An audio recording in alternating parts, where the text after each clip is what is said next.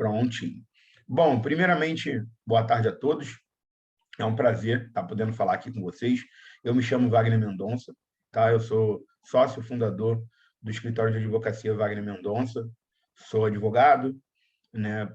Pós-graduado em Direito Civil e Processo Civil, e a nossa especialidade, né? A especialidade do nosso escritório é o combate, né, a esses golpes financeiros e a recuperação de valores, né, dos clientes, consumidores e investidores lesados. Tá? Nós temos larga experiência aí, nesse tipo de ação. Nós temos atuação no âmbito nacional, ou seja, nosso escritório tem processo quase que no Brasil inteiro, tá? E não temos nenhuma restrição em relação a isso, até porque o processo hoje ele é integralmente eletrônico e nos possibilita, né? A nossa sede ela fica no Rio de Janeiro, tá? Na Rua São José, número 40, quarto andar, dentro do Rio. E nós ficamos sabendo, né, do caso aí da Trading Connect e nos colocamos à disposição aí para poder auxiliar todos vocês em relação a isso, né? A plataforma de vocês, né, que vocês utilizavam, com aporte, valores e etc., ela passou a apresentar essa impossibilidade, né, de retirar os valores e, consequentemente, vocês identificaram que é um possível golpe, muito provavelmente até pela resposta, né, que a plataforma vem dando para vocês. Dois pontos que eu acho interessantíssimos passar para vocês, tá, em relação à informação. O primeiro, eu estou aqui como um orientador para poder esclarecer, dar o máximo de informação possível, mas eu ainda não sou o advogado de vocês. Então, a gente ainda não tem procuração assinada, a gente não tem contratos honorários assinados. Então, eu estou aqui mais como uma cortesia, né, para a gente poder estabelecer essa relação advogado-cliente no futuro e passando todas as informações que são necessárias para vocês, né, terem confiança e saberem aonde estão pisando, né? Quais vão ser os próximos passos para poder tentar recuperar esses valores. O segundo ponto é a questão da celeridade. Ah, como assim, doutor? Eu preciso, né, e oriento que vocês sejam o mais rápido possível em relação a tomar uma atitude, tomar medidas judiciais para poder dar andamento nessa causa. Por que eu estou dando essa orientação? Independente que vocês façam a ação comigo ou com outro profissional, tá? Porém, todas essas empresas, isso já dentro da nossa experiência aqui do escritório, todas essas empresas que aplicam esses golpes financeiros, elas costumam dar justificativas vazias e desculpas para poder ganhar tempo. Então, com o decurso do tempo, caso vocês permaneçam inertes, tá, parados, desculpa, a empresa, o grupo econômico, né, todas as pessoas envolvidas nesse golpe, eles acabam tendo tempo hábil para poder dissipar ou dilapidar o patrimônio. Então, o nosso objetivo é buscar o patrimônio de vocês o mais rápido possível, porque torna mais fácil, né, para o Poder Judiciário, para o advogado, para os autores, que são vocês, para as próprias partes, terem uma eficácia, terem uma eficiência no tocante a buscar esses ativos. Tá? Então, o decurso do tempo ele só é prejudicial, tanto para levantamento de documentação ou para efetivamente escolher um profissional para dar andamento na causa. Tá bom? Então, esses dois pontos são os pontos que eu acho que são mais sensíveis para a gente poder iniciar. Informação importante e também uma orientação. Boletim de ocorrência. É necessário? Não é necessário, mas é importante? Sim, é bem importante. Tá? Como a nossa ideia aqui é ajuizar uma ação coletiva ou algumas ações coletivas com uma coletividade de autores, já que todos vocês sofreram do mesmo mal, do mesmo problema, né? Todos vocês sofreram esse golpe financeiro, uma prova ela pode ser utilizada, né, para comprovar o direito do outro, porque todos os autores vão estar fazendo parte da mesma demanda. Então, assim, eu não preciso que todos vocês, por exemplo, os 140 pessoas, façam um boletim de ocorrência. Não é uma obrigatoriedade, não é uma exigência. Porém, o máximo de vocês que conseguirem fazer esse boletim de ocorrência vai ser bem interessante para poder subsidiar a nossa ação, tá? Porque o boletim de ocorrência ele é uma prova muito grande, né? Uma prova muito contundente de que toda aquela situação ocorreu, porque foi comunicado para uma autoridade policial, e principalmente para poder mexer, né? Mover a autoridade policial a fazer uma investigação e buscar responsabilizar todos os envolvidos. A autoridade policial, quando ela enxerga, quando ela vislumbra um suposto crime contra a ordem financeira, um crime contra a ordem econômica, né, um crime de golpe financeiro, como é o caso que vocês acabaram de sofrer, ela tenta, juntamente com o Poder Judiciário, um bloqueio para poder esse crime não se perpetuar, né, esse crime não se concretizar. Então, o bloqueio judicial feito através de uma investigação policial, caso eles concordem e identifiquem que ocorreu, sim, um crime, ele é muito mais rápido e muito mais eficaz do que bloqueios individuais, em ações individuais. Tá? A nossa ação coletiva ela vai ter um pedido liminar, tá? Que é um diferencial até nosso aqui do escritório, que a gente costuma fazer nesse tipo de causa um pedido liminar, tá? De tutela de urgência, tá? É denominado tecnicamente, né? Processualmente falando, como um pedido de natureza cautelar, tá? Para poder já fazer um arresto eletrônico e um bloqueio nos ativos da Trading Connect. Então, essa é a nossa primeiro objetivo, perdão, no processo, né? A nossa primeira medida no processo é essa, um pedido liminar, que é antes mesmo das empresas apresentarem defesa, tá? A Trading Connect e as demais empresas que fazem parte do grupo econômico, né? Que fazem os braços financeiros da empresa, empresas que recebiam aporte, que faziam as transações, todas elas vão estar envolvidas no processo, tá? Então, esse nosso pedido liminar, ele já de cara vai tentar um bloqueio judicial em cima do CNPJ ou até do CPF, né, considerando o sócio administrador também, de todas essas pessoas, sejam físicas ou jurídicas, envolvidas nessa operação. Tá? Então, esse nosso pedido liminar ele é um pedido muito importante e ele garante o resultado útil do processo. Esse é o objetivo dele. Como assim, doutor? Garantir o resultado útil do processo. Porque o processo ele é composto de duas fases. Ele é composto da fase de conhecimento, que é uma fase que vai determinar, assim, no português, claro, quem tem razão ou não, quem tem o direito ou não. Essa é a fase de conhecimento. Né? Nós vamos apresentar nossas razões, as empresas vão apresentar as defesas pertinentes, e, no final, o juiz vai dar uma sentença, que é a decisão que põe fim à fase de conhecimento, para dizer quem tem razão ou não, quem tem o direito ou não. Eu já antecipo para vocês de antemão que o direito de vocês é muito bom, tá? A probabilidade de êxito nessa demanda de vocês ela é muito alta. Por quê? Porque a situação é clara. Vocês possuem ativos custodiados na plataforma e a plataforma simplesmente não libera esses valores. A plataforma não tem mais funcionalidade, a plataforma se recusa a pagar ou devolver os valores que são de vocês por direito. Então, isso por si só já torna o direito de vocês muito claro. Ao mesmo tempo, eu não posso dizer que a causa é ganha.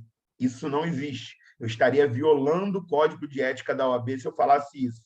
Todo processo ele possui um risco, mas a probabilidade, que é como eu estou falando, é muito alta de que, no final da fase de conhecimento, a gente tenha uma sentença favorável. Tá?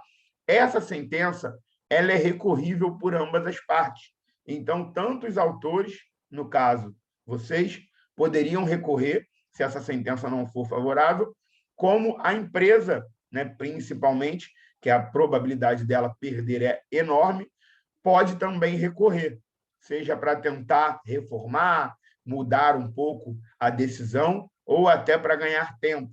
Né? Infelizmente, tem alguns profissionais que usam os meios recursais para isso. Então, acabada a fase de conhecimento, com uma sentença definitiva, apreciada ou não em segundo grau, nem em segunda instância, inicia-se a fase de execução. O que é a fase de execução, pessoal? É a fase que vai dar eficácia à sentença. Como assim, doutor? Por exemplo, a sentença determina que a Trading Connect deve 1 milhão para vocês, somando lá todos os autores, todos os valores investidos. Aquilo é como se fosse um cheque, né? Um título executivo, só que é um título executivo judicial. Né? O cheque é um título executivo extrajudicial. Aquela sentença, ela determina que a empresa deve X de valor. Porém, aquela sentença ela tem que ter uma efetividade, ela tem que se tornar eficaz. E, para isso, se inicia a fase de cumprimento de sentença, ou também conhecido como fase de execução. Se, porventura, o nosso pedido liminar, o nosso pedido inicial for deferido e a gente conseguir o bloqueio do valor que a gente está pleiteando, esse valor vai ficar bloqueado durante todo o curso do processo e, quando, no final, obtivermos o êxito, o valor já vai estar lá garantido. Então, sequer vai ter fase de execução. Vocês entendem? Porque a fase de execução é quando a gente busca os valores, os ativos, para poder satisfazer a sentença. Se esse ativo já estiver bloqueado, já estiver disponibilizado ao juízo da causa, a gente não vai precisar de muita dificuldade para poder liberar, né, e efetivamente receber e liberar esses valores para vocês. Tá? Essa que é a caminhada, vamos dizer assim, que nós temos a percorrer. Tá?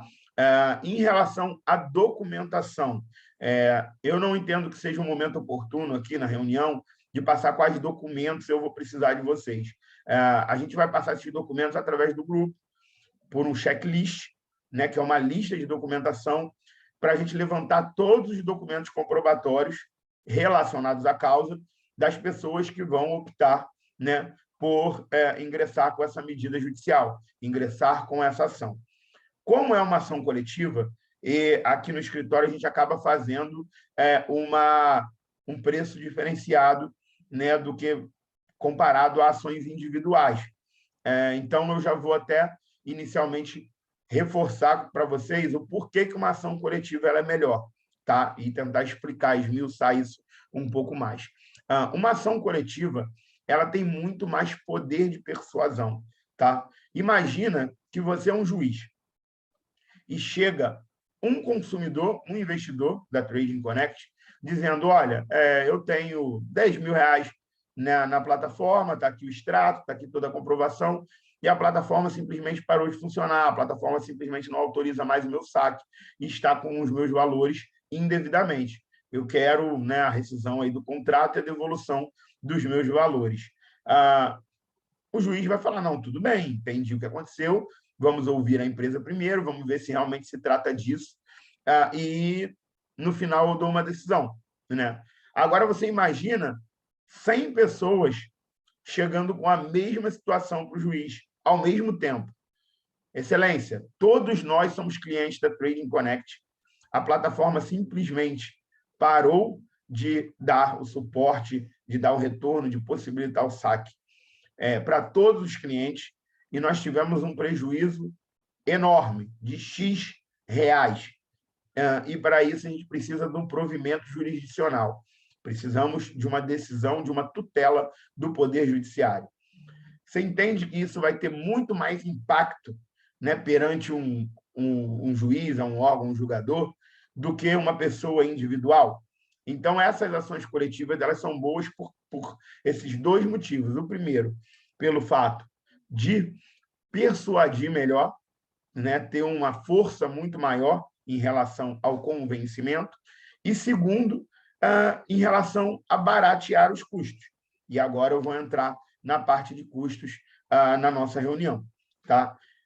Aqui, de honorários advocatícios, o nosso escritório cobra os seguintes valores. A gente cobra o valor de R$ 500 por autor para poder ingressar com a ação, tá? Mais 10% ao final do processo. Esses 10% a gente só cobra quando vocês efetivamente receberem, ou seja, quando efetivamente esse valor da Trading Connect for liberado através de um mandado de pagamento, através de um alvará.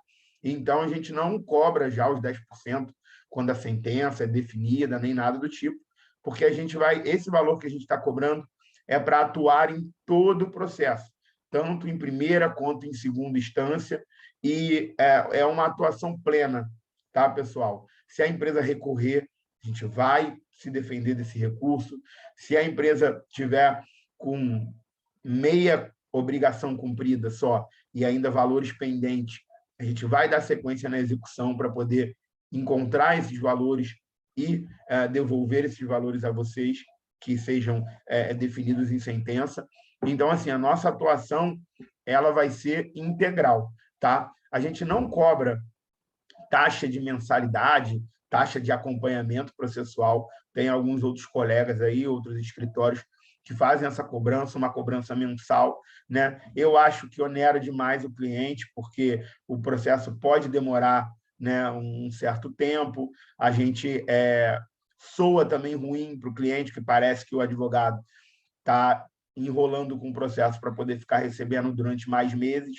Então, não é a minha linha de trabalho essa de valores mensais. Tá? Eu cobro única e exclusivamente o valor inicial de R$ 500. Esse valor, dependendo da condição financeira da pessoa, a gente pode até tentar parcelar em 2 vezes, e os 10% ao final. Tá bom? Doutor, eu tenho só R$ 700 na plataforma, né? E eu vou pagar R$ 500 de honorários, etc.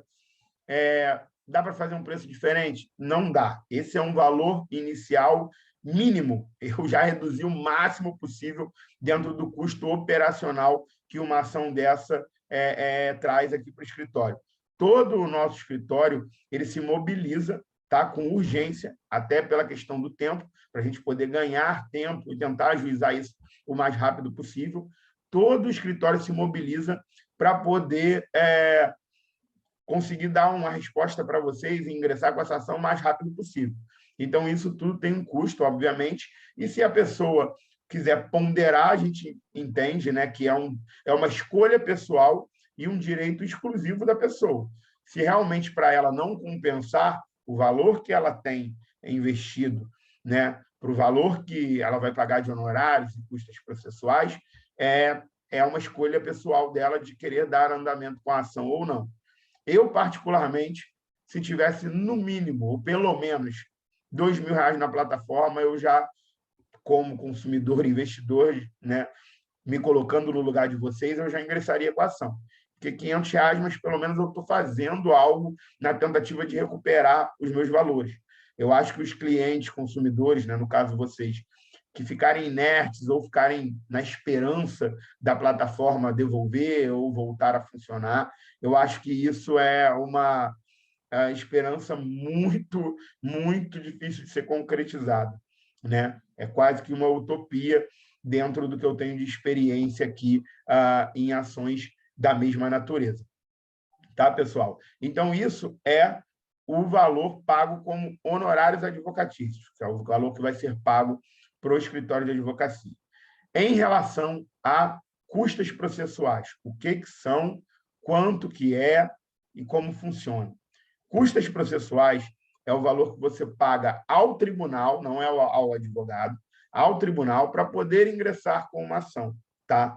As custas processuais elas variam de tribunal para tribunal, mas elas ficam em torno de 1 a 2% do valor da causa. Ou seja, ela deve ficar entre 1 a 2% dos valores investidos, de quanto vocês têm investido. Isso deve ser o valor médio de custos processuais. Eu não consigo passar exatamente o valor para vocês, porque primeiro eu preciso fazer uma análise dentro dos domicílios dos consumidores e do domicílio da sede da empresa, para poder verificar em qual tribunal que a gente vai protocolar a ação, tá?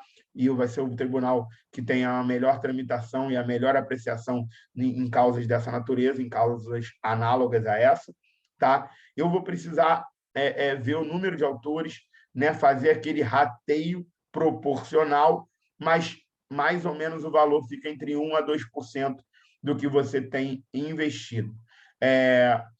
Essas custas, elas não são pagas pelos autores, elas são antecipadas pelos autores. Ah, como assim, doutor? Qual é a diferença? Vai ter que pagar do mesmo jeito? Quando o processo se encerra e a gente tem uma sentença, nossa sentença sendo de procedência, ela condena a parte contrária, a parte que perdeu o processo, em custas processuais. Então, por exemplo, os valores de custas são pagos inicialmente para ingressar com a ação ao tribunal.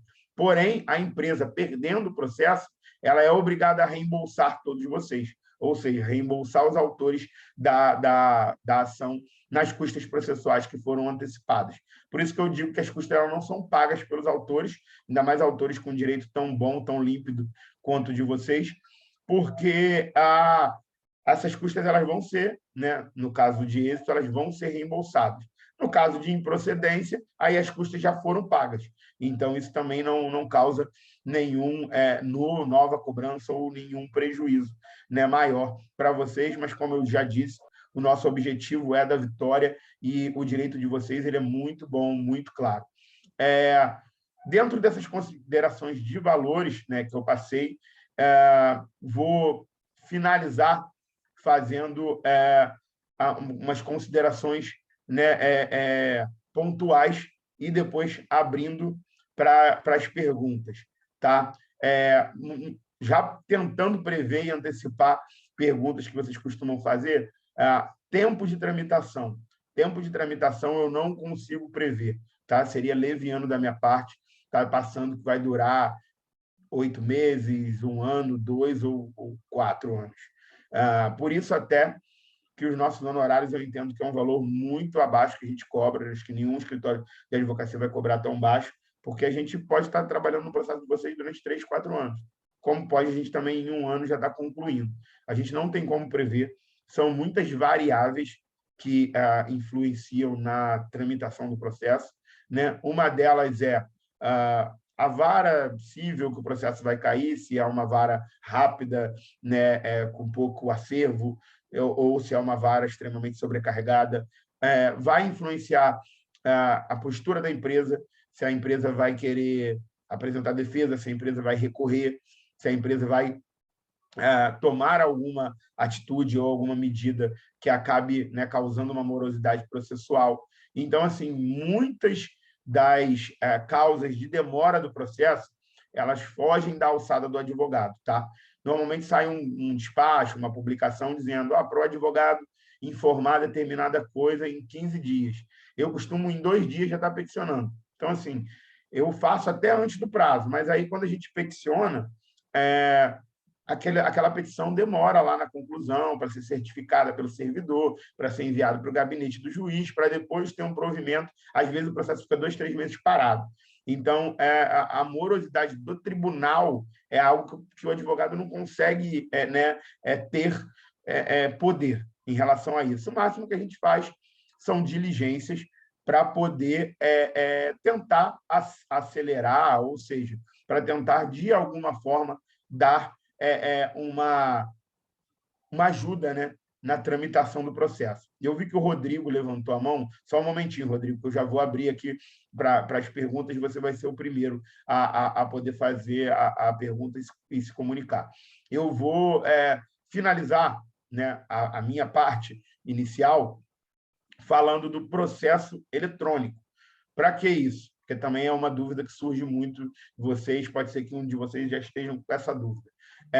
O processo hoje ele é integralmente eletrônico. Tá? Hoje não, já desde 2016, 2017. No Brasil todo. O que isso significa? Significa que eu não preciso de nenhum documento físico de vocês, papel. Tá? Eu não preciso. eu preciso dos documentos de forma eletrônica. Então, por exemplo, extratos, né, dos aportes, dos rendimentos, comprovantes de transações financeiras e etc., documentos de identificação, isso tudo pode ser enviado por foto ou escaneado em formato PDF, que é o formato que o Tribunal de Justiça recepciona. Então, vai ser totalmente desnecessário, mas, lógico, para quem tiver disponibilidade e quiser, a gente não se opõe, mas é totalmente desnecessário um encontro nosso presencial, né? Um encontro nosso físico para entrega de documentos. Isso não é necessário. Todos os documentos podem ser encaminhados via e-mail, WhatsApp e outras formas de envio, né? Todas elas de forma eletrônica. Em relação à audiência, doutor, se tiver uma audiência, eu vou precisar participar, eu acredito, pela natureza da causa de vocês, que a audiência também é totalmente desnecessária. Por quê? Porque a audiência de instrução é um local para produção de prova, tá? E a causa de vocês, a natureza da causa de vocês, ela é uma natureza exclusivamente que você consegue comprovar tudo exclusivamente de forma documental. Como assim, doutor? Também vou dar exemplos. Vou dar um exemplo bem simplório, mas que vocês vão entender muito bem. Vamos imaginar uma batida de carro, né? Tem o carro A e o carro B, né? E um cruzamento, eles bateram. O carro A informa que quem avançou o sinal foi o carro B. O carro B diz que quem avançou o sinal foi o carro A. Esse tipo de ação, com documentos, a gente não vai conseguir comprovar, porque o documento vai estar lá, o documento do carro, a CNH dos motoristas, né? As fotos da batida, mas a gente não vai poder saber quem realmente avançou, se não tiver uma testemunha ou até o depoimento das partes para poder esclarecer como foi a dinâmica do acidente. Então, esse tipo de processo realmente, normalmente, tem audiência de instrução. Vai ter que ouvir as partes, tem que ouvir testemunha para ver como é que aconteceu. Agora, no caso de vocês, não. É tudo eletrônico, a plataforma era eletrônica, os acessos são eletrônicos, vocês possuem print, vocês possuem comprovação de tudo que ocorreu, né? Seja e-mails, conversa de WhatsApp. Então, assim, fazer uma audiência para ouvir vocês repetir o que já está na petição inicial, que já foi informado, seria totalmente desnecessário. Então, os juízes não marcam a audiência e, consequentemente, não tem necessidade da presença física de vocês no tribunal. Óbvio, se na pior das hipóteses o juiz for meio louco, né? Até porque a gente tem um ditado na época da faculdade, né? Que de bumbum de neném, cabeça de juiz, ninguém sabe o que vai sair, quando vai sair. Tem esse ditadozinho, que é uma brincadeira, obviamente. Se porventura for designada uma audiência, ela pode ser virtual também. Então, independente de qualquer lugar do Brasil que você esteja, você vai acessar um link da mesma forma ou numa plataforma idêntica, né? A mesma plataforma que é o Zoom, ou então uma similar, talvez o Google Meet, etc., que você vai fazer a audiência de instrução da mesma forma como vocês estão fazendo essa reunião aqui comigo. Então, a presença de vocês, né, física, ela é prescindível, ela é desnecessária. Eu acho que de informações preliminares eu já passei o mais do que o suficiente. Eu vou abrir agora para as perguntas, tá? Iniciando aí pelo Rodrigo, que levantou a mão e solicitou. Então, vou te pedir, Rodrigo, para você habilitar o seu áudio, tá? E me passar a sua pergunta. E depois, demais pessoas que tenham perguntas, dúvidas também, eu vou pedir para fazer o mesmo procedimento, tá? Levanta a mão e eu vou tentar respondê-los em ordem cronológica. Muito boa tarde, Rodrigo. Opa, doutor Wagner, boa tarde. Boa tarde. Está me ouvindo direitinho? Tô sim, estou ouvindo bem. Então, primeiramente, a minha dúvida é a plataforma em si, ela não está hospedada em mais nenhum servidor, ela sumiu. Certo. Ok, né? E em relação à plataforma ter sumido, é uma dificuldade a mais, porque tem plataforma que continua no ar, né? Só não paga os bens, né? Os Sim. valores. Então, E pode continuar, conclui a pergunta e depois eu respondo tudo. a segunda dúvida, doutor, é da Milena Silveira. Ela não vai poder estar aqui na reunião, aí eu vou tirar essa dúvida para ela. Caso a gente não consiga processar Connect, congelar os bens, os valores, a gente tem números, temos perfis de 4 pessoas que era responsável. 2 pessoas, um casal que era responsável por São Paulo, né, um suposto Sim. escritório em São Paulo, e 2 pessoas que era supostamente responsável pelo escritório em Brasília. caso a gente pode entrar com alguma ação contra essas pessoas que eram o gerente dos escritórios? Então, vamos lá. Primeiro, em relação à plataforma, ela ter sumido e não estar hospedada mais, né, em nenhum servidor. É óbvio que é um complicador, né, porque se a plataforma ainda estivesse em plena atividade, nos torna mais, né, mais fácil mirar nela, né, vamos dizer assim, porque a plataforma vai ser um alvo. Porém, todas as operações, seja de criptoativos, ou seja de valores mobiliários, qualquer tipo de operação financeira dessa natureza, ela deixa rastros, tá? Ou ela, né, simplesmente é transferida para uma outra plataforma ou para um outro tipo de conta, mas ela fica devidamente registrada. Então, por isso que eu falei, ressaltei no início da reunião, que quanto mais tempo passar é pior, porque normalmente esses golpes, como fazem? A plataforma saiu do ar. Esses valores foram transferidos para alguma outra plataforma ou para algum host, alguma forma de custódia. E dali eles podem ir transferindo para outros e outros e outros, até chegar num local que a gente efetivamente encontre muita dificuldade de achar. Então, quanto mais rápido for a nossa né, medida judicial, quanto for mais rápida a nossa atitude, também realizando boletins de ocorrência, etc., né, mais chance de obter o êxito, de conseguir buscar esse rastro e esses valores a gente tem. Eu, por exemplo, em todas essas ações que eu defendo os interesses dos clientes aqui do escritório, eu sempre costumo mandar ofício e ordem de bloqueio para a Binance, que é uma das maiores plataformas aí de criptoativos do mundo, né? E com atuação no Brasil. Então, ela, até por ser uma empresa lícita, né, ela age com uma cooperação com o Poder Judiciário.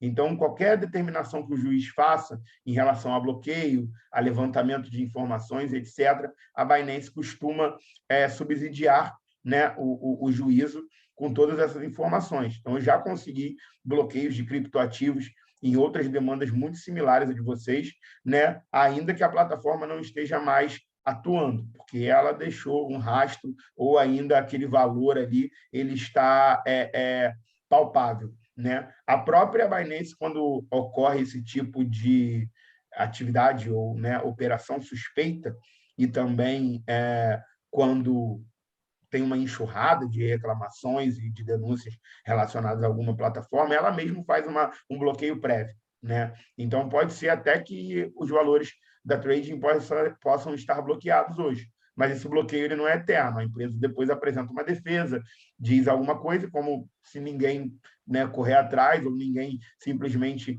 se identificar como, né, dois, ou, né, a grande parte dos proprietários daqueles valores que estão ali sendo transferidos ilegalmente, indevidamente, o desbloqueio ocorre e a empresa consegue perpetuar o golpe. Então, por isso que eu acho que, em relação a tempo, a gente tem que, né, diminuir, ter o máximo de celeridade, de rapidez e de diligência possível para poder correr atrás desses valores. Em relação à pergunta da sua colega, né, que não pôde participar da reunião, a gente costuma fazer um estudo bem aprofundado e uma conversa com todos vocês, né? A gente está nessas conversas preliminares ainda para poder estudar o caso, já estou mergulhando a fundo nesse caso, mas a gente sempre tem esse esclarecimento e essa conversa em relação a todo o grupo econômico que faz parte da empresa. Então, óbvio, tem um CNPJ da empresa que eu já fiz levantamento e está, inclusive, até com uma razão social diferente, né? O Trading Connect parece que era um nome fantasia, ou não sei se eles alteraram o nome e a razão social da empresa recentemente, tá? Mas isso tudo a gente busca também, junta comercial e tudo mais, faz parte do nosso trabalho, mas a gente costuma colocar pessoas físicas também, desde que elas tenham responsabilidade como administradores, gerentes que sejam, e que elas tenham um vínculo, né, direto ou indireto ali, que mostre talvez uma confusão patrimonial. Como assim uma confusão patrimonial, doutor? Por exemplo, valores que eram da Trade Connect depois foram transferidos diretamente para a conta desse gerente. Isso já de cara é uma confusão patrimonial e nos permite trazer, né, esses sócios administradores para o processo. Então, sim, a gente consegue colocar essas pessoas, mas aí para colocar a gente tem que ter prova do vínculo direto dessas pessoas, tá? Seja fazendo transferências diretamente na conta deles para aportes, ou então eles mesmos se identificando como, né, representantes e gerentes da Trading Connect. Então, a gente vai ter que levantar provas nesse sentido para poder incluí-los no polo passivo. Mas eu tenho sempre essa linha de trabalho de tentar colocar o máximo de pessoas que fazem parte, né, desse grupo que deu o golpe possíveis, justamente para a gente poder tentar pleitear aí os valores de todos os lados, né, e não deixar nada escapar em relação a isso. Então, para isso, com o checklist da documentação e com as informações de vocês, eu vou precisar de subsídio, né, obviamente, de vocês, para poder incluir os réus, né, que a gente chama de réu, a parte contrária no processo, com uma propriedade um pouco maior, tá bom? Vou abrir agora, acho que eu consegui responder bem, vou abrir aí para a Tatiana fazer a pergunta. Boa tarde, Tatiana. Boa tarde, doutor. Já tem uma nova plataforma idêntica, só muda as cores. Sim. Deve ser da mesma pessoa, deles, né? Com certeza. Sim. Será que através dessa plataforma consegue chegar até eles também?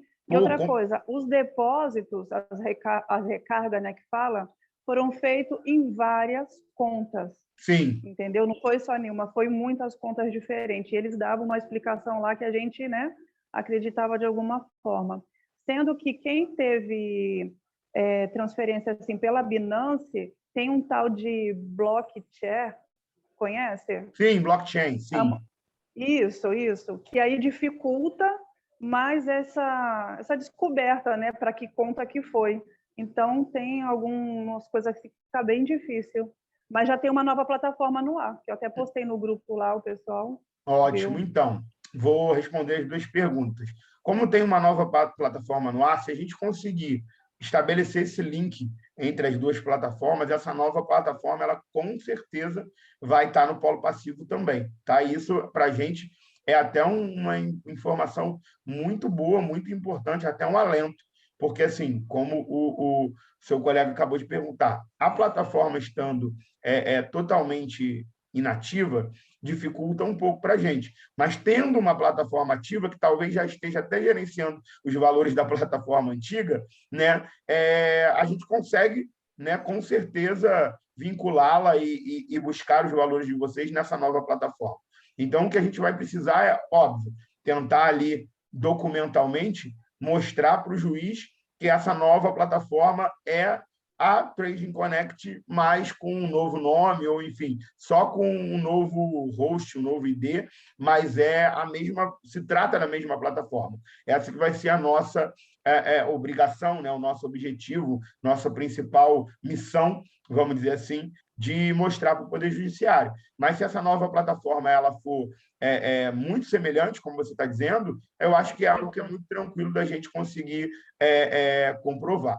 Tá bom? Em relação ao blockchain, né, e às seguranças dessas transações, isso são bloqueios para as pessoas físicas, né? Por exemplo, eu, como investidor, eu não posso mandar um e-mail, um ofício, ou ligar, né, para a Binance, né, no português, e pleitear informações daquela empresa, por questão de segurança, de blockchain e de sigilo desse tipo de informação, tá? Mas esse sigilo ele não bloqueia o Poder Judiciário.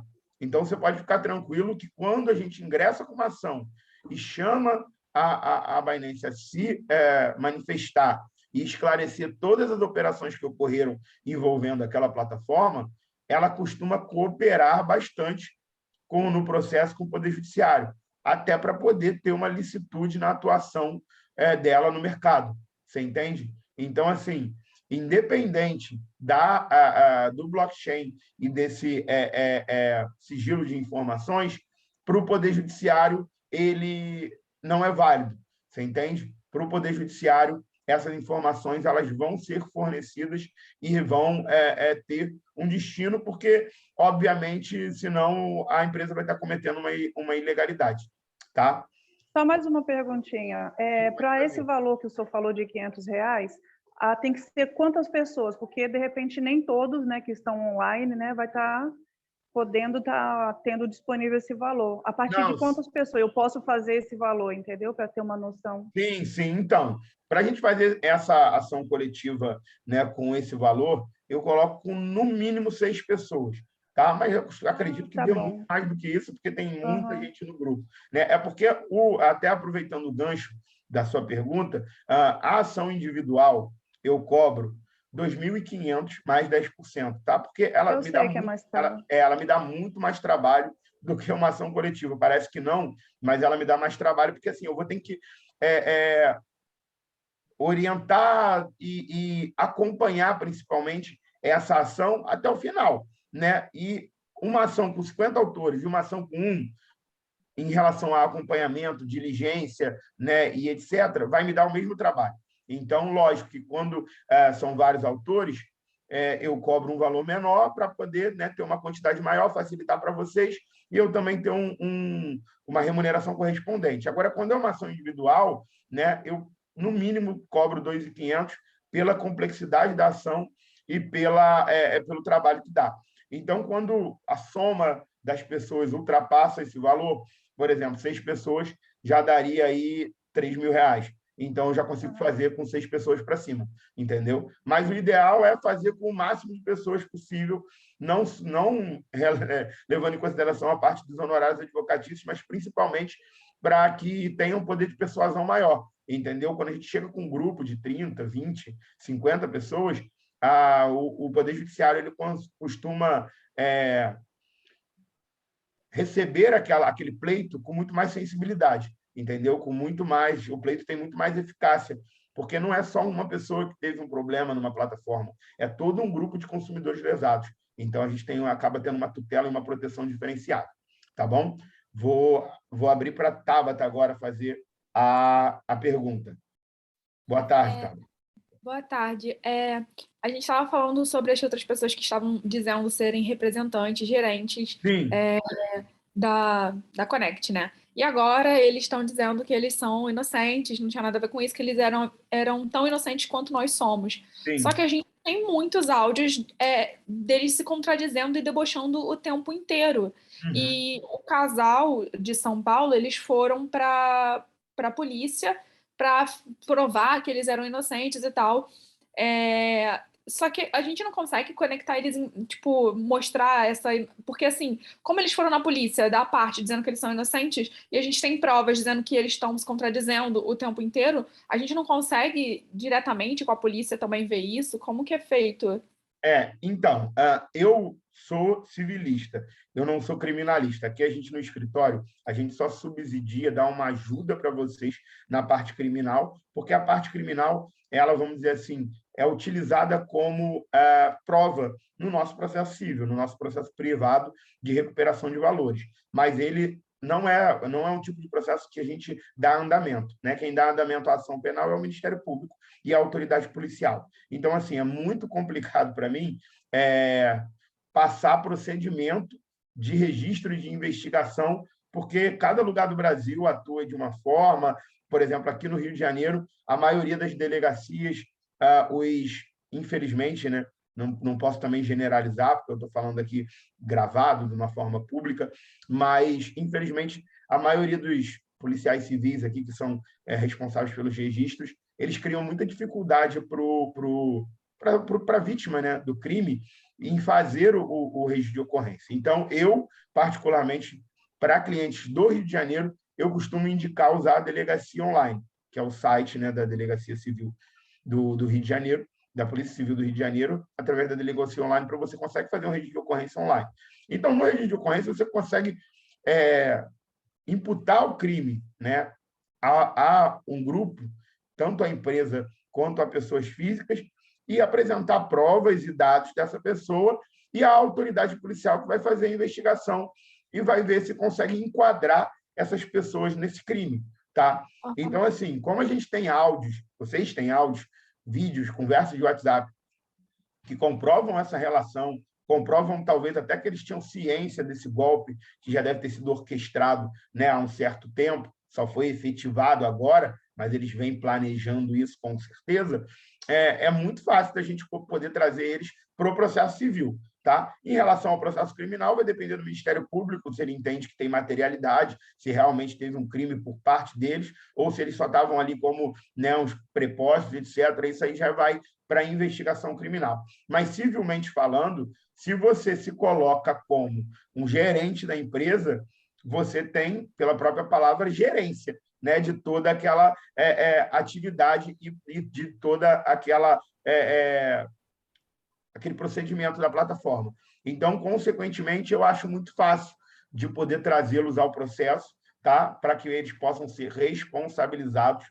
Porém, eles vão ter também forma de defesa no processo para poder respeitar os princípios constitucionais aí do contraditório e da ampla defesa. Então, assim, não é simplesmente colocar eles como réus e eles já vão responder e etc. e tal. Mas, aproveitando o gancho da sua pergunta, o que a gente costuma fazer aqui no escritório? Tá? A gente, embora nosso processo não seja criminal, a gente costuma fazer um pedido de ofício ao Ministério Público, tá? Ministério Público Federal, porque se trata de crimes contra a ordem econômica e financeira, então pode ser enquadrado num crime federal, e também ao MPCOM, que é o Ministério Público do Consumidor, né, do estado em que o processo foi distribuído.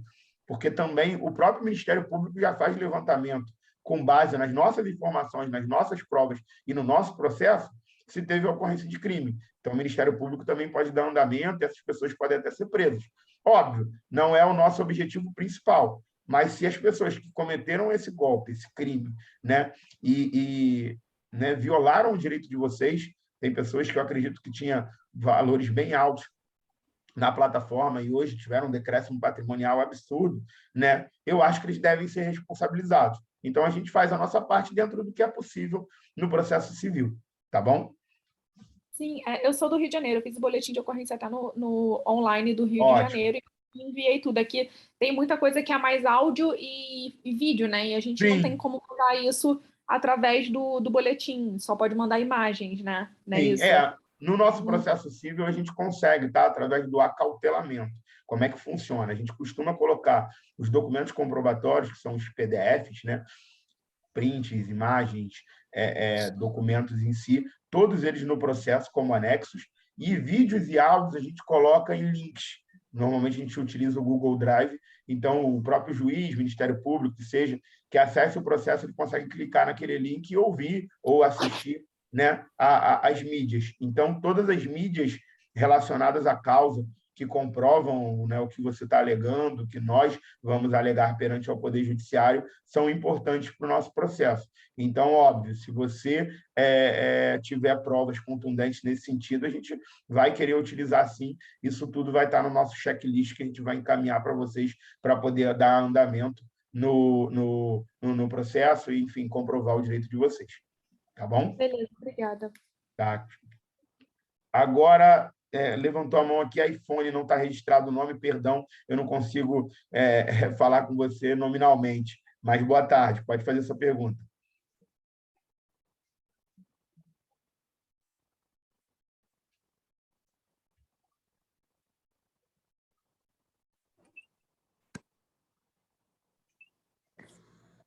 Oi, doutor Wagner, aqui é a Natália. Oi, Natália, prazer, boa tarde. Prazer, que eu cheguei atrasada, mas quando a gente começou o grupo lá com o Rodrigo, acho que foi uma das primeiras pessoas que falei com ele, né? Sim. Eu sou uma das aí que perdeu um valor considerável, porque eu tinha acabado de entrar na plataforma, então a gente tinha feito... lucro, né? Sim.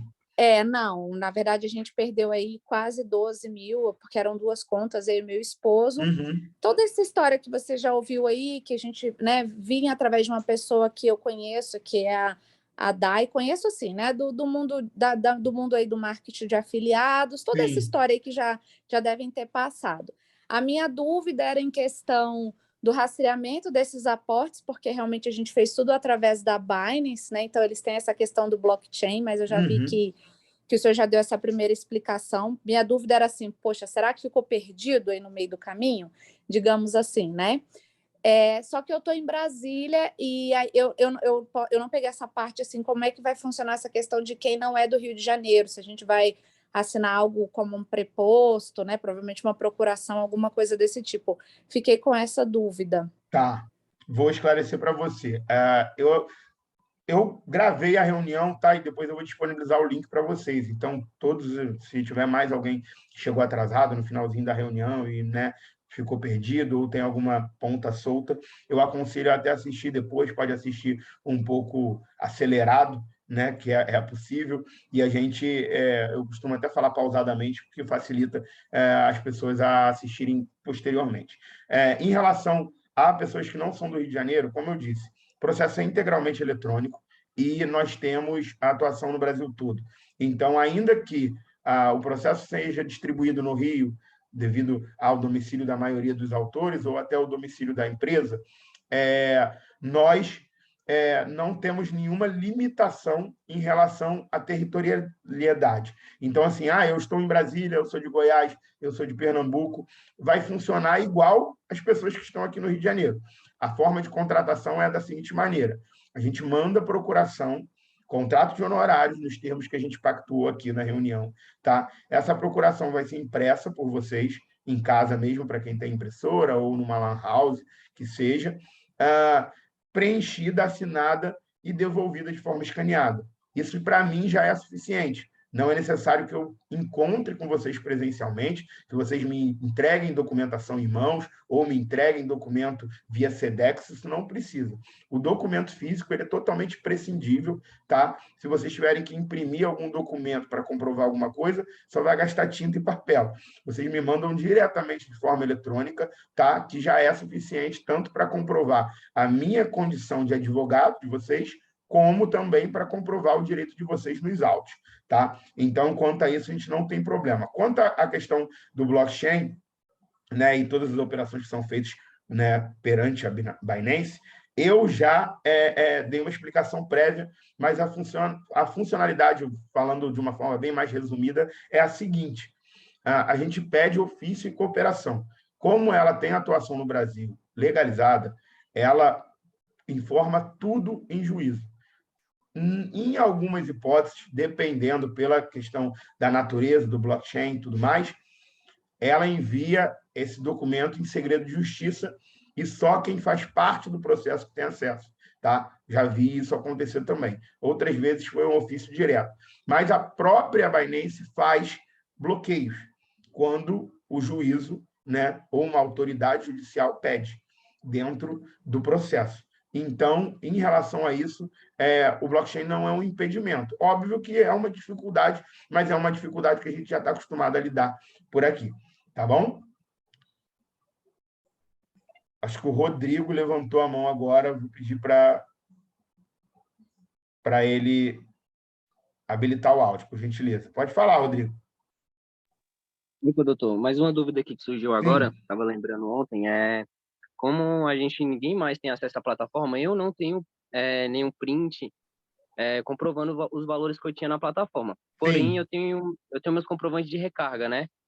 Que igual outras pessoas falaram aí, que cai em nome de outras pessoas, a maioria das recargas e dos saques cai pela EasyBank, né? Sim. O que acontece? Caso a gente entre com o processo judicial, a gente consegue recuperar pelo menos metade dos valores aí da plataforma, né? O que acontece? Então, o valor que vai conseguir... Deixa eu te responder e depois você complementa. O valor que a gente vai conseguir recuperar é tentativa de recuperar tudo. A complicação, o complicador, talvez, de não ter um print, é a questão do rendimento, do lucro, da mineração, que seja a forma como né, a gente possa determinar. Por quê? Se você não conseguiu tirar um print antes da plataforma cair, né, e efetivamente não permitir mais o acesso, a nossa única comprovação dos valores que você tinha custodiado pela plataforma vão ser os comprovantes dos aportes. Então, basicamente, a gente só vai conseguir pleitear o que foi aportado. Tá? Por quê? Porque o que foi lá, o que rendeu, né, o que teve de lucro, o que teve de rendimento, de mineração, ele não vai estar comprovado. Entendeu? Então, eu não consigo falar para o juiz: era 20 mil, e você tem um aporte de 15. Mas eu tinha 20 mil na plataforma. Infelizmente, se não tiver uma comprovação mínima disso aí, vai acabar a gente tendo que pleitear exclusivamente o valor que foi aportado. Tá? Agora, pessoas que conseguiram prints ainda antes da plataforma negar o acesso, né, da plataforma cair em definitivo, aí a gente pode pleitear o valor total. A questão do lucro ou do rendimento, que seja, ou se já fez alguns saques, isso aí é indiferente. Eu até sempre informo as pessoas. Se o valor está na plataforma custodiado e é um valor de vocês, independente da natureza dele, se foi todo de aporte, se é metade de aporte, metade de lucro, se é tudo lucro que você aportou, você já tinha conseguido sacar antes, independente, é um valor seu. Então, ele vai ser pleiteado, né, para que entre como uma indenização material da mesma maneira. Só que a gente precisa de prova, obviamente. A gente não consegue fazer nenhum pedido judicial sem que aquilo ali esteja corroborado com uma prova. Então, a gente precisa de comprovante de aporte e print. Se você não tem os prints, vamos baseados única e exclusivamente no comprovante de aporte, mas a gente só vai conseguir pedir aquele numerário. Beleza? Não, beleza, doutor, tirou minha dúvida. Muito obrigado. Show de bola. Natália, você está ainda com a dúvida? Tô. Tá, Não, tô, pode porque falar. na verdade eu ia continuar, mas aí o Rodrigo entrou mais tranquilo. Uma questão assim que eu vi que o senhor estava falando a respeito. O maior problema que eu acredito que vai ser na hora vai ser enviado essas provas é que cada um foi depositando para várias contas, quem não utilizou a Binance, né? Sim. E quem já fez procedimento diretamente com seus bancos, né? Que a gente tem aquela proteção do Pix, que na verdade não adianta muito, mas é claro que a gente tenta, né? Já tivemos respostas negativas, eu já tive também do Nubank, claro que a conta já está... Muita gente já teve resposta que a conta já está vazia. A minha questão é assim, na sua experiência, depois que a gente entra com esse processo, assim, ainda dá para seguir o rastro desse dinheiro nessa questão que já...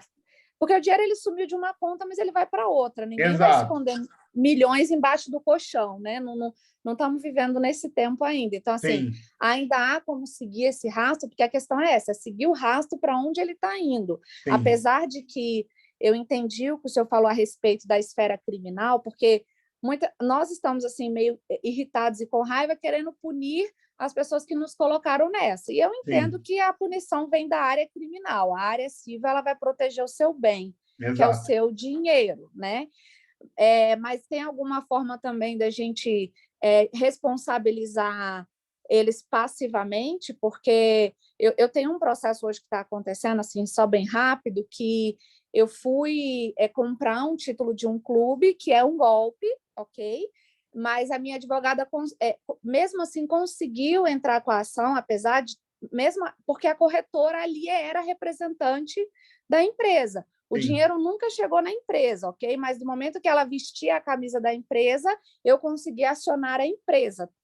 Não sei se eu consegui ser clara na minha explicação. Não, conseguiu sim. Assim, questões de execução, o processo de execução em si, né, a parte de tentar dar eficácia naquela sentença, naqueles valores, ele é muito complexo. Então, assim, para eu dar uma resposta ampla, eu teria que fazer uma reunião só para isso. A gente vai ficar 1 hora aqui, talvez, conversando de execução. E, primeiro, tem a fase de conhecimento. Primeiro, a gente precisa, né, comprovar o direito de vocês, ter uma sentença favorável, para depois, efetivamente, entrar na fase de execução.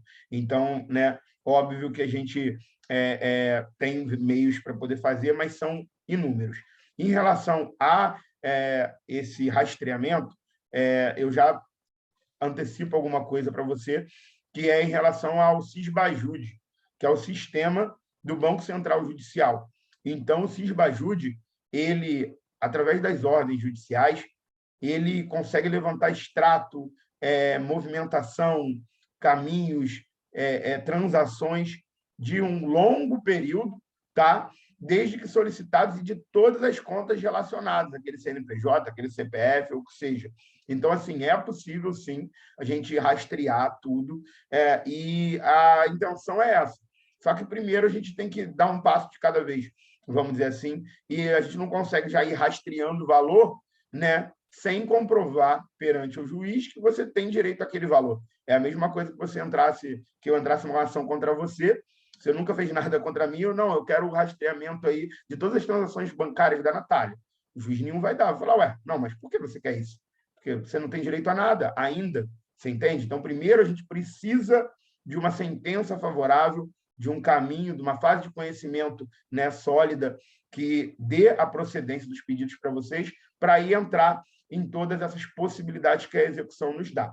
Tá? Agora, em relação aí às pessoas físicas, sim, se porventura tiver confusão patrimonial, que foi algo que eu já citei na reunião, ou até que a gente consiga, né, verificar um vínculo direto entre a empresa e essas pessoas, a gente consegue também buscar penhora e arresto, bloqueio de valores de veículos, de imóveis que estejam em propriedade dessas pessoas. Não tem óbice nenhum, só que é um procedimento que às vezes é um pouquinho complicado para conseguir comprovar, por exemplo, a confusão patrimonial, ou então até através de um incidente de desconsideração da personalidade jurídica. O nome do incidente é esse, que é quando você quebra a PJ e vai direto na pessoa física, quando a pessoa utiliza, né, a pessoa jurídica utiliza a pessoa física para poder se locupletar ou ocultar patrimônio ou algo do tipo. Então, assim, a gente tem muita especialidade, né, muito conhecimento nesse tipo de atuação, nessa fase de execução. Mas é uma fase muito complexa, então, assim, não dá para eu explicar tudo aqui para vocês, até pelo tardar da hora, a gente já tem mais de 1 hora aí de reunião, e eu acho que de informações preliminares a gente já está com bastante, né? Já tem muito subsídio, acho que basta agora vocês analisarem, né? Quem tiver sua família, for casado, se seu companheiro, né? Conversar, verificar se gostou da nossa linha de atuação, nas nossas informações, né, da nossa postura, depositar confiança no nosso trabalho. Obviamente, isso aí também é muito importante, e eu sei que é difícil, depois de sofrer um golpe, ter que depositar confiança em alguém, mas para isso que eu me coloco à disposição em todo o tempo, tá? E para as pessoas, aqui a Duda está fazendo uma pergunta aqui no chat, as outras perguntas, eu estou acompanhando o chat aqui também, as outras perguntas eu já até respondi, né? Que é aqui a relação do blockchain, essa outra pergunta que eu também não respondi, eu vou responder rápido.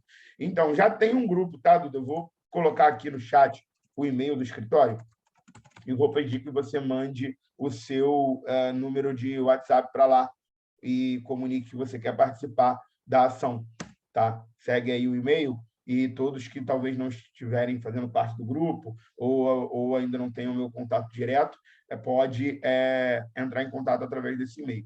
E aqui a última pergunta que eu também não respondi no chat é que tinha 4 contas diferentes da Connect. Não deu tempo de tirar o print, mas se tem chance de resgatar valores. Eu já fiz essa resposta, né, para a Edilma, aqui eu fiz essa resposta para o Rodrigo. Sim, Edilma, a gente consegue resgatar os valores, mas, como eu disse, baseado no que você tem de comprovação de aporte. A gente não vai conseguir saber o seu saldo atual, já que você não teve tempo, nem a oportunidade de tirar o print das transações, tá? Acho que você vai querer complementar a sua pergunta. Pode falar. Então, porque assim, boa tarde. Boa tarde. Para poder transferir o dinheiro para a Connect, primeiro você tinha que transferir para a Binance. Sim. E através de lá que você conseguiria transferir. Então, eu tenho assim os comprovantes dos valores que eu transferia para a Binance. Sim. Então, isso seria uma prova? Isso seria já é talvez o valor que... Exato, já é uma prova suficiente, por quê? Por 2 motivos. Primeiro, que é uma ação coletiva. Então, por isso até a importância da gente ingressar com essa ação coletiva. Por quê? Porque a prova dos seus colegas, a prova de todos os outros consumidores que foram lesados como você, vão servir para subsidiar a sua causa também, porque vai ser uma causa só. Então, você vai estar com os comprovantes de transações para Binance, que já vão determinar os valores que você aportou. Aí, óbvio, para o próprio bloqueio da plataforma e toda esse imbróglio, né, que vem até os dias de hoje, vão estar comprovados através do restante da documentação. Então, eu tenho certeza que no universo aí de 150 pessoas, né, talvez até mais que estão lá no grupo, algumas pessoas, se não muitas, vão ter print, né, da transação, do valor que tinha em saldo e etc. E depois, talvez, até vídeos da plataforma não funcionando mais. Então, essas provas vão subsidiar o seu processo também. Olha, a Tabata já até está falando no chat que ela tem um print de tudo. Então, por exemplo, os prints da Tabata servirão para poder dar base ao seu processo também, tá, Edilma? Não especificamente aos seus valores, mas sim ao que aconteceu com você e com todo o grupo que a gente está defendendo os interesses. Você entende? Então, assim, os comprovantes dos aportes e das transações são essenciais. Os prints ajudam, mas quem não tiver não impede de dar andamento no processo, não. A Natália também está falando que tem os prints dos vídeos, das recargas. Então, assim, somando todos vocês e todo esse acervo probatório, eu tenho certeza que a gente vai ter muita prova. Alguém vai estar faltando uma prova, outro vai estar faltando um boletim de ocorrência, o outro vai estar faltando um print. Eu acho que, assim, de provas essenciais, eu vou colocar no checklist para mandar para vocês, tá? E as outras provas vão um complementar o outro. Então, eu acho que até por isso a ação coletiva vai ser muito vantajosa para todos vocês. Pode falar, Rodrigo. Então, doutor, assim, eu tenho recargas, né, na minha conta do banco, e tenho recargas também para a mesma conta, na conta da minha mulher. Sim. No caso, ela teria que entrar com ação, nós dois teríamos que entrar com ação para recuperar esses valores? Esse é uma questão um pouco problemática que eu não cheguei a explicar aqui para vocês. Até te agradeço pela pergunta. Tá? No Poder Judiciário, no Código de Processo Civil, existe uma determinação legal, né, que é a questão da legitimidade. O que é isso? Eu preciso ser parte legítima para poder estar pleiteando determinada situação perante o Poder Judiciário. Como assim, doutor? Por exemplo, vou fazer um exemplo bem simples. Uma conta de luz. Teve um problema na determinada casa. Quem é a parte legítima para poder ingressar com uma ação? É quem é o titular, o proprietário daquela conta. Tá? Eu não vou conseguir, mesmo que eu seja um vizinho, ou até que eu more na residência, ingressar com uma ação para discutir uma relação da qual eu não sou o titular. Então, isso é uma obrigatoriedade do Código de Processo Civil. Eu sei que parece até um pouco injusto, até porque, às vezes, um núcleo familiar, por uma conta do marido de uma mulher, mas a gente corre o risco de, se você ingressar pleiteando tudo no seu CPF, e as provas vão estar lá que tem um outro ID, um outro CPF envolvido, que é o da sua esposa, aquilo ali ser considerado, aquele valor você nem recuperar por ser considerado parte legítima, para discutir aquele valor ali, porque a sua esposa não está no polo ativo. Então, isso, no meu ponto de vista, para evitar qualquer tipo de problema e para a gente poder resguardar o direito de vocês mesmo, eu entendo que cada pessoa que foi registrada na transação, na plataforma, e tem esse comprovante, ela precisa ingressar com a ação, sim. Vai ter que assinar uma procuração, me dando poderes, vai ter que assinar um contrato individual, porque só ela vai ser a parte legítima para poder pleitear aquele valor. A não ser que, por exemplo, eu tenho duas contas, uma minha e uma na conta do meu marido. Porém, todas as transações de aporte quem fez fui eu. Aí a gente consegue, talvez, comprovar que a legitimidade é toda sua, porque as transações de aporte estão todas no seu CPF. Agora, por exemplo, são duas contas diferentes, com transações de aporte diferentes, você fatalmente vai ser considerado parte legítima para pleitear os valores relacionados à conta dela, e vice-versa. Você entende? Infelizmente, teria que ter os dois fazendo parte do polo ativo aí. Pode falar, Edilma. Então, só mais uma dúvida, porque assim, tem muitas pessoas que estão com medo que depois que a plataforma caiu, tem cartões que estão sendo clonados. Sim. Será que tem a ver com a mesma, no caso, com a mesma quadrilha, com a mesma Connect? O que você aconselha? Quem, no caso, lá tinha o meu CPF. Sim. E, assim, no caso, a conta só tinha a carteira da Binance. Tem alguma coisa que você aconselha fazer para poder prevenir, né, alguma coisa? Sim. Então, em relação a isso, realmente é difícil a gente prever se eles podem ampliar esse golpe, né, tentar prejudicar vocês ainda mais, além do que já foi realizado. Para prevenção,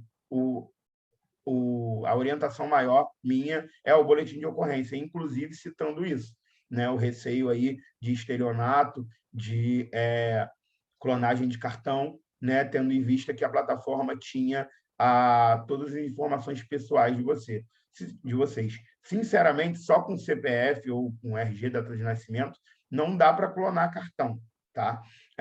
Teria que ter uma engenharia muito maior do que essa. Mas um boletim de ocorrência, ele resguarda vocês, lógico, talvez se o seu cartão for clonado, você vai ter uma dor de cabeça, isso aí fatalmente, né? Vão ter compras que você não vai reconhecer, vai ter que entrar em contato com a sua operadora de cartão ou com o seu banco, aquela burocracia toda que a gente já conhece. Porém, se você tiver um boletim de ocorrência datado anterior, principalmente datado de antes da clonagem, aquilo ali já te resguarda de uma forma bem contundente em relação a tudo que foi realizado. Mal comparando, é a mesma coisa quando você perde a tua carteira, né? Eu perdi minha carteira na rua. Primeira coisa que você tem que fazer, registrar a ocorrência, né? Porque se tentarem fazer um cartão com o seu documento ou fazer qualquer tipo de fraude, até cometerem um crime, né? Embora eu não seja criminalista, essa informação, né, esse conhecimento a gente tem, você está resguardado, você vai mostrar o boletim de ocorrência e falar, não, eu perdi minha carteira, não era eu que apresentou esse CPF aí, esse RG. Agora, se você não fizer o registro de ocorrência, consequentemente fica essa ponta solta, né? E corre um pouco mais de risco. Então, para prevenir, por prevenção e também para ser usado como prova no processo, eu acho que o boletim de ocorrência ele é muito importante. Mas não é uma garantia que eles não vão fazer nada, mas pelo menos é uma garantia de você não ser responsabilizado. Tá bom? Pode falar, Rodrigo.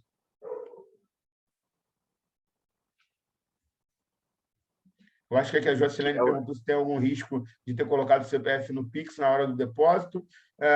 Entendo que não, porque foi a mesma pergunta que foi feita agora, né, em relação a possível clonagem de cartão. Fazendo um boletim de ocorrência, você vai estar resguardado. Tá?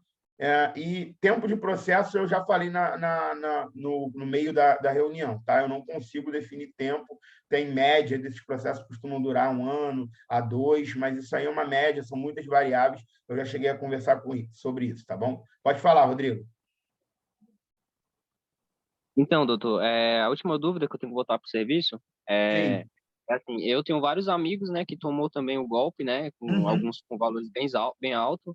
Alguns vão entrar, provavelmente, com a ação coletiva, outros não vão querer entrar, né, porque acham que não tem como recuperar. O que acontece? Os que entraram com a ação e os que deixaram de entrar, caso futuramente venha a conseguir recuperar os valores, essas pessoas que não entraram com a ação, elas não conseguem recuperar de jeito nenhum, né? Então, porque não entrou com a ação? Vamos lá. Por isso que eu falei que o decurso do tempo ele é muito complicado. Tá? Por quê?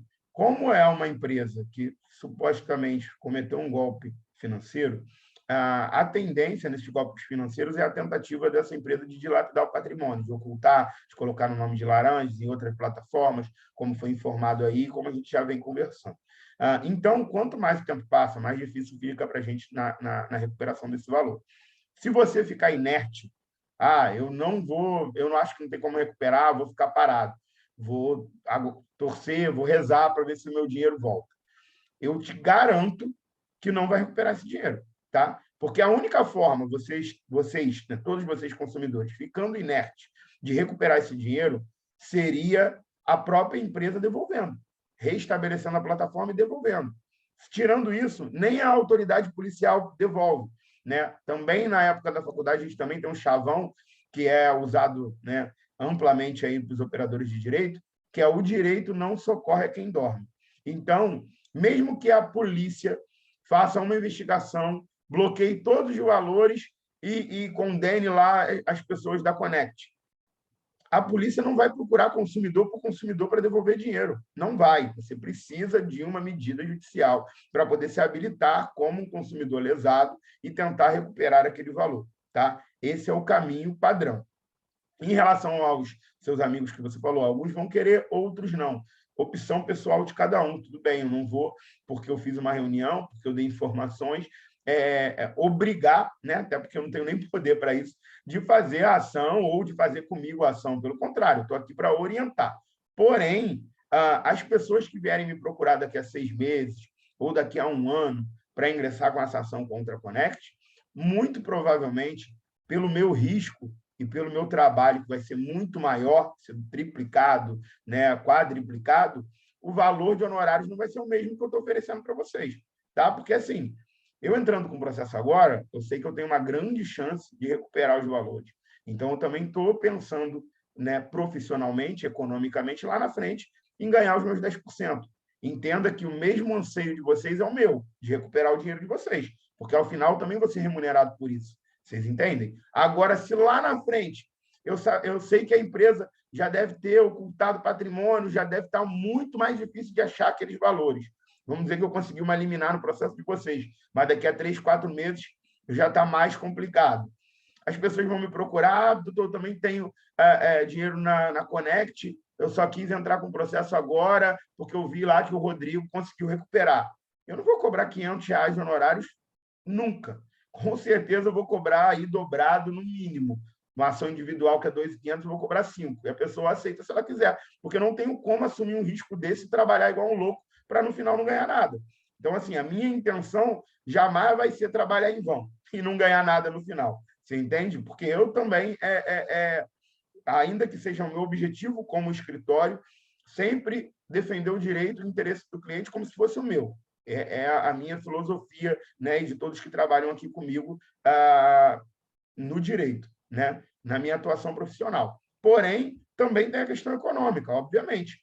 Se vocês recuperarem, eu também estou sendo remunerado proporcionalmente quanto a isso. Então, o mesmo interesse de vocês é o meu, e como eu vou atuar no processo até o fim, eu vou atuar no processo, né, com todos os meios cabíveis para poder recuperar esse valor. Agora, com o decurso do tempo, a pessoa tentar ajuizar essa ação lá na frente, eu, por exemplo, exclusivamente, vou acabar fazendo uma cobrança de honorários diferenciado. Tá? O Rodrigo disse aqui que vai voltar para o serviço, né? A Natália também informou aqui que não tem outro caminho, está concordando realmente, né? A Duda também. Então, pessoal, foi um prazer, tá? Obrigado aí por terem me aturado até aqui, 1h30 de reunião, aproximadamente. Eu vou disponibilizar o link, só deve demorar um pouquinho, porque como a reunião ficou muito longa, ela tem que ser, né, ter feito um upload para o vídeo primeiro, para depois eu disponibilizar. Isso deve demorar um pouquinho, mas, de qualquer forma, eu agradeço a todos pela confiança, né? Eu vou me sentir honrado se puder, né, ser o advogado no escritório de advocacia, patrocinar o direito de vocês. A gente não vai medir esforços para poder recuperar esses valores e responsabilizar essas pessoas que cometeram esse crime, né, e essa fraude, tá? O link vai ser disponibilizado no grupo, do qual eu já faço parte. Quem ainda não faz parte do grupo, solicita através de e-mail, que a gente vai estar te incluindo lá, tá bom? E a última pergunta aqui para a Duda, para a gente poder encerrar, foi fazer o BO pela Polícia do Paraná de forma online e pede os dados do autor. Autor seria eu ou a Connect. Autor, no processo criminal, é a Connect, que é o autor do fato, autor do crime. Tá? Você pode colocar os dados da Connect, pode colocar os dados das pessoas físicas que estão envolvidos também, tá bom? Autor na demanda civil aí é invertido, porque o autor civil são vocês, consumidores, mas na parte criminal o autor é quem é o autor do fato criminoso, né? Vocês seriam vítimas. Então, quando for colocar autor, pode colocar os dados da empresa e das pessoas físicas envolvidas, tá bom? Obrigado a todos aí mais uma vez. Vou estar encerrando aqui agora e depois o link vai ser disponibilizado lá no grupo. Foi um prazer falar com todos vocês. Um ótimo final de tarde aí. Tchau, tchau.